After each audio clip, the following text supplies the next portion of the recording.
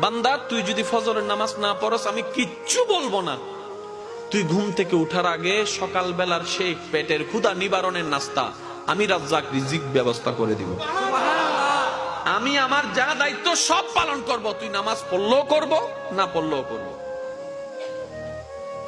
আমি দিলেই তোর খাওয়া, আমি দিলেই খাবারটা রান্না হয়, আমি দিলেই খাবারটা হাতে উঠে, আমি শক্তি দিলেই তো মুখে যায়, আমি ডুব গিলার ক্ষমতা দিলেই তো তুই ডুব গিলতে পারিস।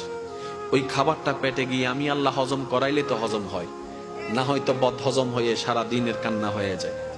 আমি আল্লাহ স্রষ্টা হিসেবে যা করার সব করব। তবে আমি তোকে নতুন করে বলবো না নামাজ পড়, আমি তোকে বলবো না সুদ খাইস না, আমি তোকে বলবো না বউ পিটিস না, আমি তোকে বলবো না যৌতুকের জন্য অত্যাচার করিস না, আমি তোকে কিচ্ছুই বলবো না ওর জায়গা দখল করিস না, আমি তোকে কিচ্ছু বলবো না তুই যখন আমার চোখের সামনে অন্য